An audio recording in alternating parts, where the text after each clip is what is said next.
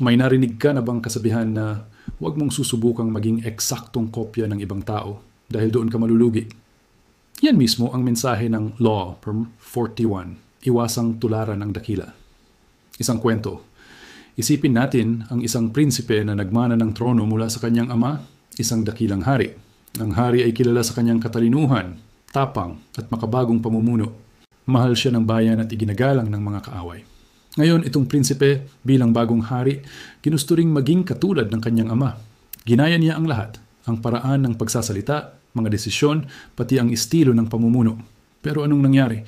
Imbes na tumaas ang respeto sa kanya, lalo siyang kinukumpara. Laging sinasabi ng mga tao, mas magaling pa rin ang kanyang ama. Hindi siya kasing talino ng nakaraan. Sayang kung buhay lang ang dating hari. Sa madaling salita, dahil ginusto niyang tularan ng dakila, siya mismo ang naging anino lang ng nakaraan. Hindi siya nakagawa ng sariling pangalan. Ano ang aral dito? Kapag ikaw ay pumalit sa isang dakilang tao, maaring boss, leader o kahit magulang, huwag mong subukan na maging eksaktong replika niya. Bakit?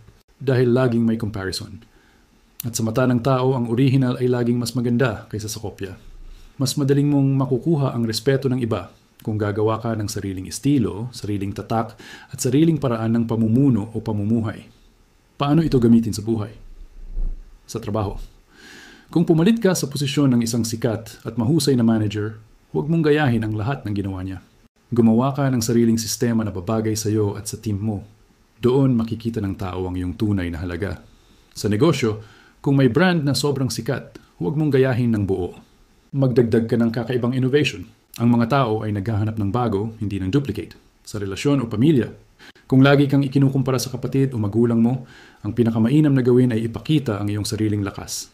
Hindi yung pilit na maging katulad nila. Halimbawa sa kasaysayan, maraming leader sa kasaysayan ang bumagsak dahil ginusto nilang maging kopya ng kanilang mga dakilang ninuno. Pero yung mga naging matagumpay, sila yung gumawa ng sariling landas, kahit pataliwas o kakaiba sa nakasanayan.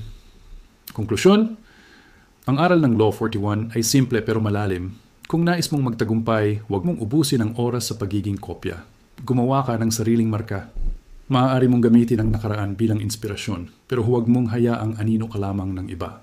Dahil sa huli, ang tao ay hindi naghahanap ng duplicate. Naghahanap sila ng bago, orihinal at kakaiba. Kaya tandaan, iwasang tularan ang dakila. Maging dakila sa sarili mong paraan. At kung nagustuhan mo ang video na ito, i-like at i-share para sa mas marami pang makakaalam sa aral na meron dito.